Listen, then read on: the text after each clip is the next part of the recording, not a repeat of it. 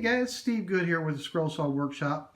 I'm out in the shop tonight and I'm doing a little maintenance on a DeWalt DW788 scroll saw, and it's exhibiting a pretty common problem that I get a lot of email about, so I just wanted to talk about what I'm doing here. This machine, after some period of use, has started slipping the blade out of the lower clamp. And if you look here, this is the upper clamp, the upper thumb screw, the lower clamp, and I don't have the thumb screw in this one right now. And what you can see here is I've actually put some paper in where the blade goes, and you'll notice if I pull on this paper, it's secured between the thumb screw and the set screw. Now I'm going to pause this video just a second. I'm going to do the same thing on the bottom. Okay, now I've moved the thumb screw from the top clamp down to the bottom. I've tightened it up against this piece of paper, and you'll notice now when I pull on this paper, it just pulls right out. What has happened to this machine, and this is not an uncommon problem, so I wanted to bring it to your attention. If you look at this lower clamp, you know, obviously you have the set screw on this side, and it's centered to where it's in the middle of the slot in the clamp. And as you tighten this down, it meets the thumb screw meets the set screw and clamps the blade in. Well, what can happen over time is this piece of the clamp, this aluminum or steel or whatever it is housing for the clamp, this will actually get splayed and bent out a little bit. So effectively what happens when you tighten this down, it's making contact in the back but not in the front, and so the blade will slip.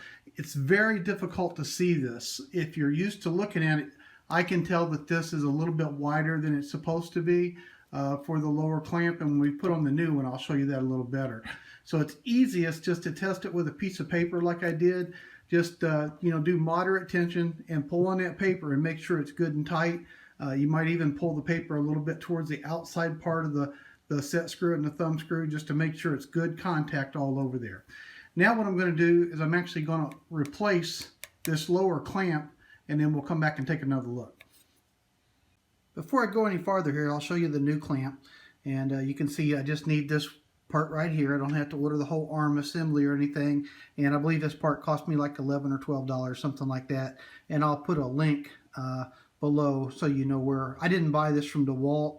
I bought it from I think it's called Tool Parts or something like that, and it's a little bit different looking than the DeWalt one, so I'm not sure if it's as well made as the DeWalt version, but we'll put it on here and give it a try.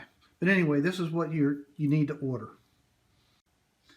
Okay, to remove this lower clamp assembly, we're going to remove this screw right here and this screw right here, and it takes one of these star bits to do that, so you'll have to make sure you have that. And I'm just going to hold the other side with some needle nose, and we'll get these two screws out and we'll put the new one in. Here's the old clamp on the left and the new clamp on the right. And I just wanted to show you a comparison between the two. You can also see this clamp that I ordered from, again, I think it's toolparts.com, but I'll put the link in the video below, or below the video. I think if you see, though, that the space between where that blade goes is different between the two. And hopefully when we get this new one on, we won't have that slippage.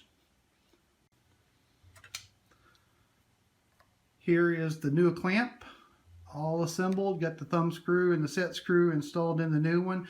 If you're going to do this, you might as well put a new thumb screw and set screw in it while you're doing it. And anytime you replace those, go ahead and do both the upper and lower. But I've got my paper back in there again, and you can see, you know, the paper's even tearing it so tight. So we'll give this a shot, a test with a blade, and make sure it's working satisfactorily, and I believe it will. But anyway, it's just a very annoying problem when your blades are slipping, and this is a possible cause of that slippage that can be very hard to troubleshoot if you don't know what you're looking for.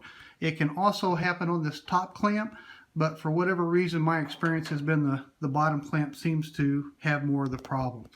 This is typically caused by over tightening the thumb screw on these clamps. You don't need to over tighten them. If the blade's slipping, there's a problem.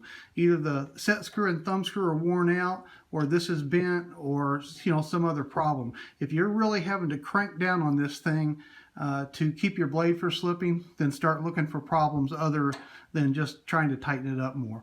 If you over tighten this, you can bend these clamps, and then this is the result. Okay, I've got everything back together.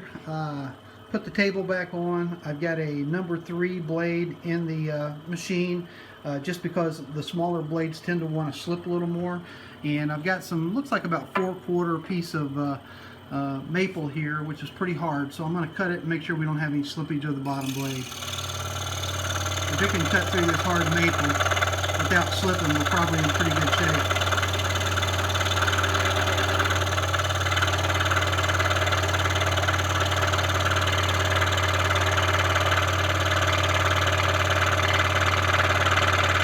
And this particular machine, before I did this repair, you couldn't run this machine for 2 minutes without the blade slipping out. It was that bad. This one had gotten bent a little more than normal. And if you noticed, even with this one bent pretty bad, it was difficult to see that it was bent unless you had something to compare it to.